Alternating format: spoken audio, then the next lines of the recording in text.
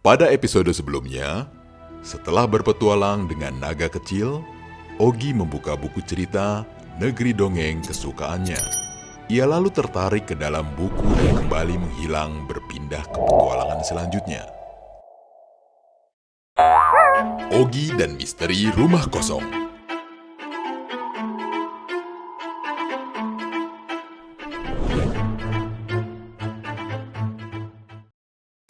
Ogi terbangun di pinggir sebuah jalan. Dia melihat ke kanan dan ke kiri mengamati suasana kota yang terlihat sangat asing tersebut. Saat itu, hari sudah gelap. Lampu-lampu jalan sudah nyala dan menerangi daerah sekitarnya. Tidak seberapa lama kemudian, ada seorang anak yang tidak sengaja menabrak Ogi. Aduh, kenapa kamu ada di sini? Sorry, aku juga tidak tahu kenapa aku di sini. Sepertinya kita pernah ketemu. Kamu Riri kan? Iya, aku Riri. Ini pertama kalinya aku melihat kamu. Kalau gitu perkenalkan nama aku Ogi. Kamu mau gak bantuin aku untuk memeriksa rumah itu?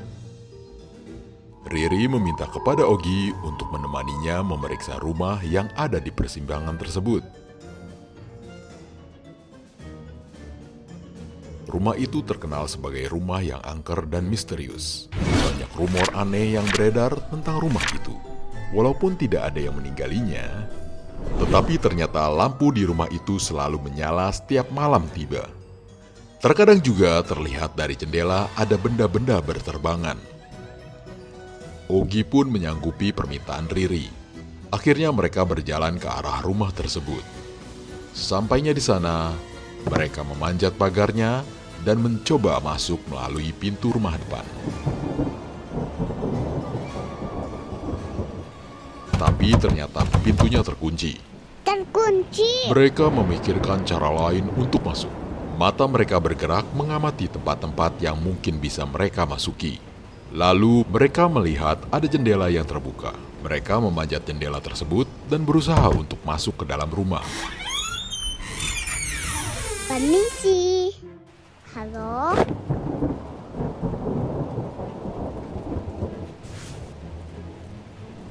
Sesampainya di dalam rumah, mereka tidak percaya dengan apa yang mereka lihat.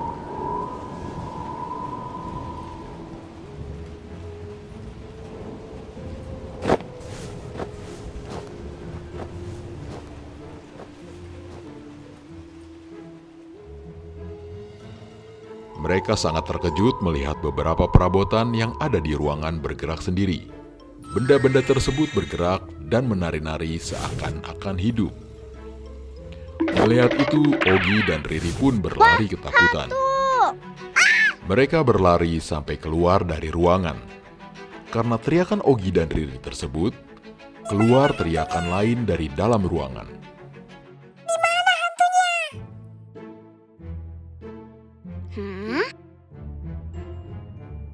Mendengar keanehan itu, Ogi dan Riri pun secara perlahan-lahan menghampiri dan mengintip ke ruangan itu.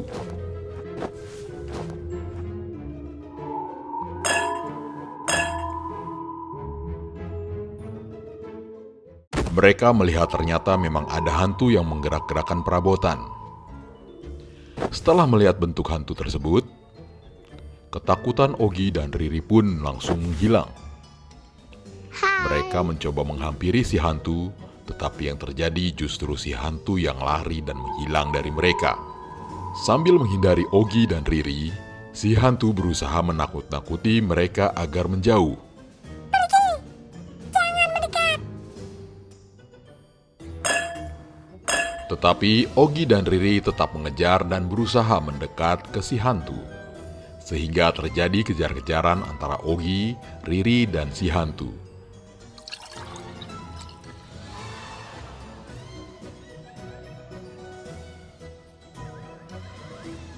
Jangan takut, kami bukan orang jahat. Sampai akhirnya mereka berhasil membujuk si hantu untuk tenang.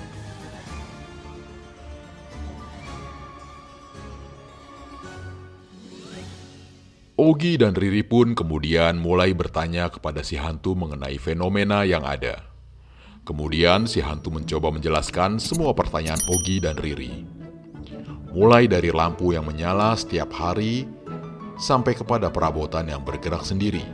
Si hantu tidak merasa aneh karena sebelumnya dia tidak menyadari bahwa dia adalah hantu.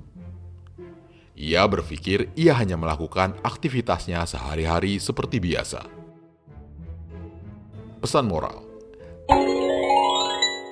jangan pernah menyangkal rasa takut yang ada di dalam diri kita. Satu-satunya orang yang bisa mengendalikan rasa takut adalah diri kita sendiri. Oleh sebab itu, kuatkanlah mental untuk berani menghadapi rasa takut yang terlintas dalam pikiran.